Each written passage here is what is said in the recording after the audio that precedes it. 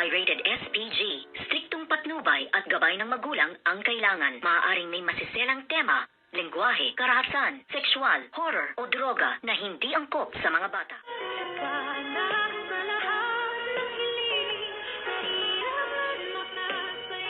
Good morning and welcome sa aking munting channel. At dito nga ay walang kaalam-alam itong si Doc Carlos Benitez sa ginawang video nito nga kanyang asawa na si Irene. At dito nga ay biglang nakita ni Dr. Carlos Benitez ang cellphone na naka-video kung kaya't kinuha na ito. At dito naman ay talaga nga naging palaban itong nga si Miss Irene. At sinabi nga niya dito kay Doc Carlos Benitez na isusumbong niya ang lahat-lahat dito nga kay Miss Lynette Santos kung kaya't nga sila ay nagtunggali. At dito pa nga ay nasampal nitong si Doc Carlos Benitez itong si Irene. At ito naman ay dali-daling lumabas itong si Irene ng kwarto upang makalabas nga ng bahay nitong si Dr. Carlos Benitez. Ngunit nahabol nga ito ni Dr. Carlos Benitez at dito nga sila muling nagpambuno. At dito nga ay natamaan na ito at nasapak na ito ng malakas kung kaya't ito ang si Irene ay bumagsak nga sa sahig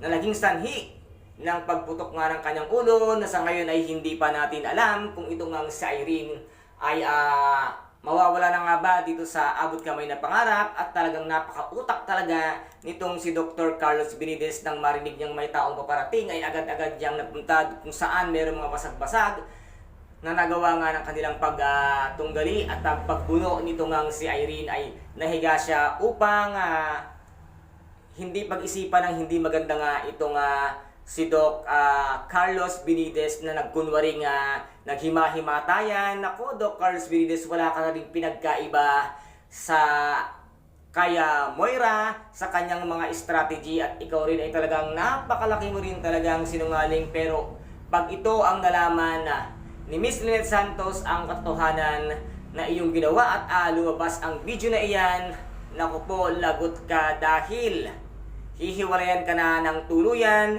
ni Miss Lynette Santos. And guys, ito po ang ating pakaabangan sa Lunes dito nga sa abot kamay na pangarap, na kung saan ay napaka-intense at kapanapanabik ang bawat eksena. At kung nagustuhan po ninyo ang aking videos for today, paki-subscribe na lamang po ng aking channel, paki-like and share para maging update kayo sa lahat ng gagawin kong video. Maraming salamat po. Ingat, God bless, and bye-bye!